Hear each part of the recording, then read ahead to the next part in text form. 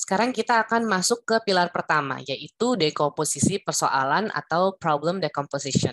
Jadi, saya ulangi ya, bahwa dekomposisi persoalan itu adalah cara untuk menyelesaikan sebuah masalah dengan membagi masalah-masalah tersebut menjadi sub-masalah yang lebih kecil, kemudian kita pecahkan masalah-masalah yang lebih kecil tersebut secara terpisah, gitu ya. Jadi kayak organisasi aja gitu ya. Organisasi itu kan besar gitu ya. Jadi ada ketua gitu kan, mungkin ada wakil ketua, lalu nanti ada sekretaris gitu kan. Lalu nanti ada divisi-divisi, divisi ini punya anggota dan lain-lain. Jadi problem decomposition itu seperti itu. Jadi yang pertama-tama adalah kira-kira seperti ini. Jadi bahasa kerennya adalah divide and conquer gitu ya. Jadi lagi-lagi Anda punya sebuah masalah ya, sebuah masalah yang sangat besar, apapun itu. Karena masalahnya terlalu besar, Anda bagi dua masalahnya menjadi dua subproblem di sini.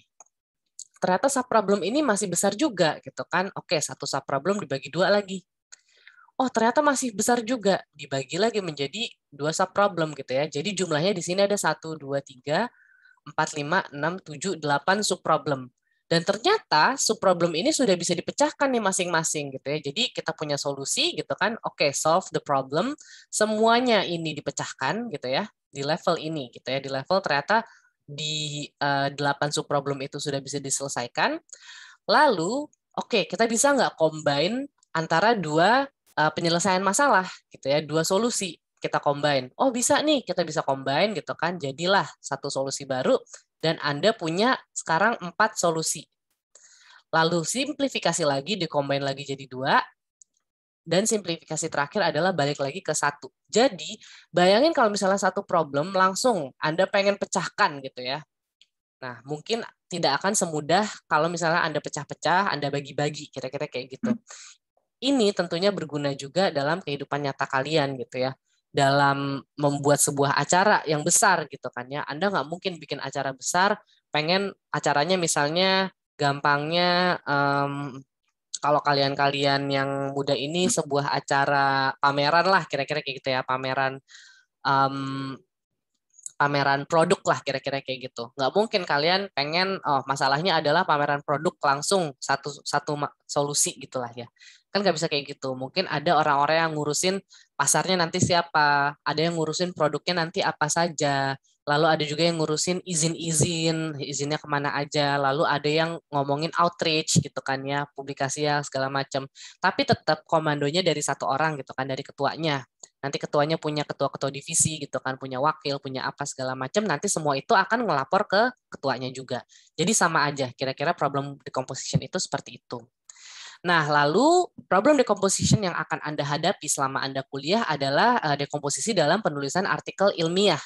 Jadi tentunya artikel ilmiah itu judulnya cuma satu gitu ya, misalnya penyelesaian apa-apa dengan metode apa-apa, studi kasus di mana, kira-kira kayak gitu.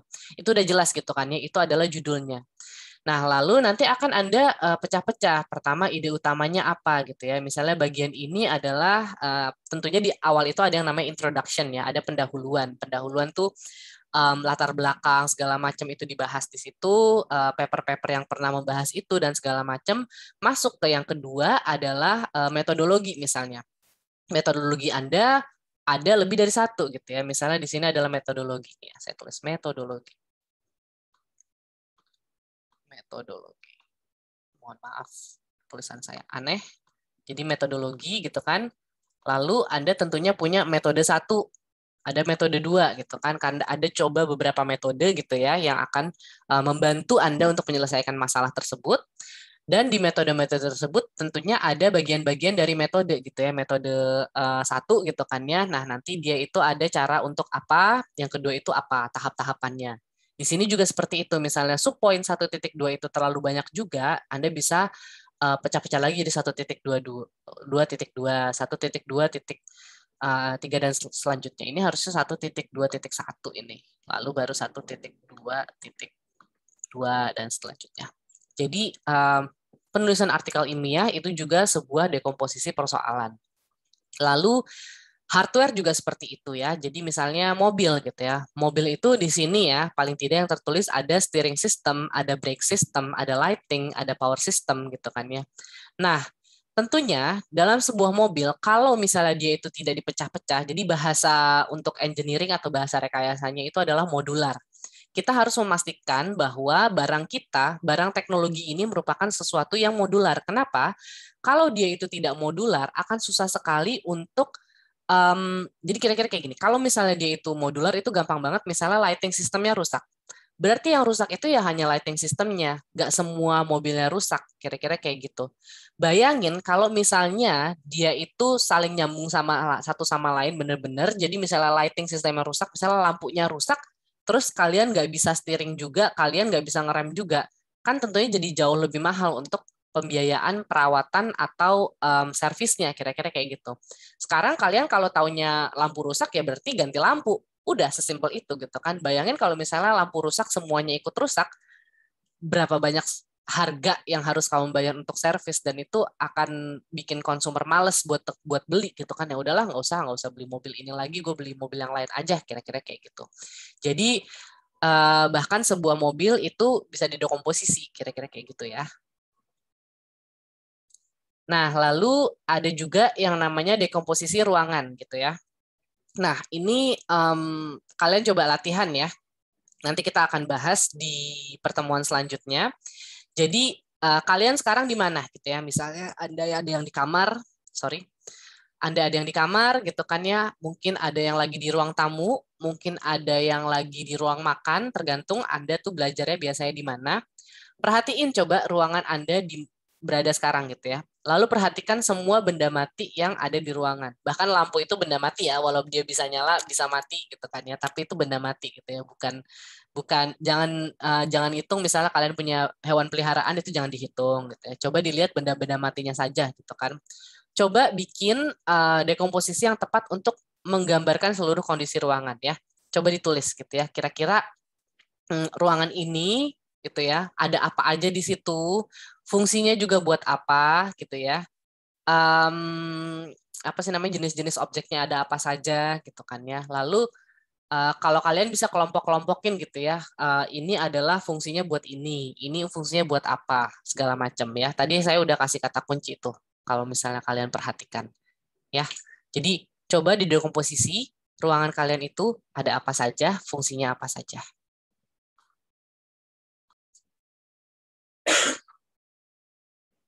Ya, lalu setelah Anda bisa mendekomposisi ruangan yang lebih mudah mungkin ya, karena kalian bisa lihat, Anda juga bisa latihan dekomposisi persoalan itu dengan dekomposisi sistem informasi akademik gitu ya.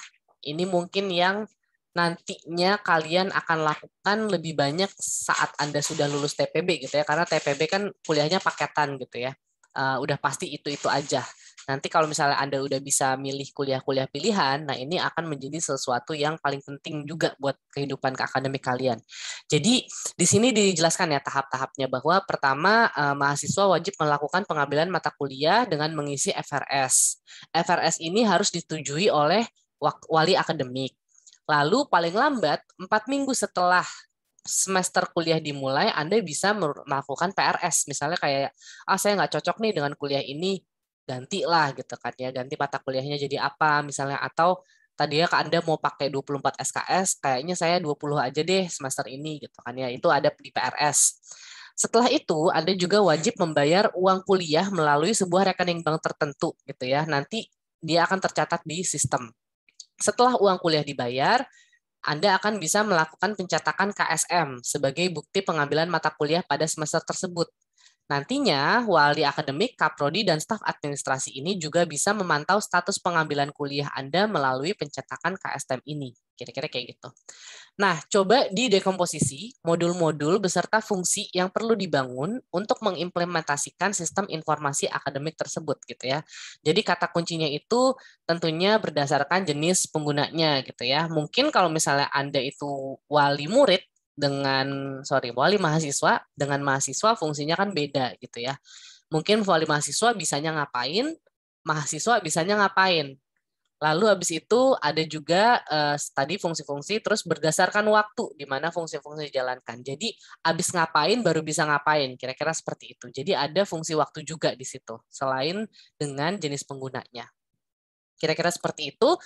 Nanti dua latihan ini akan kita coba bahas. Mungkin kalau yang pertama itu kita bisa bahas saat kita diskusi, sesi diskusi. Yang kedua ini yang dekomposisi sistem informasi akademik, silakan dikerjakan di selembar kertas ya, masing-masing diketik. Nanti kita akan bahas itu di pertemuan selanjutnya.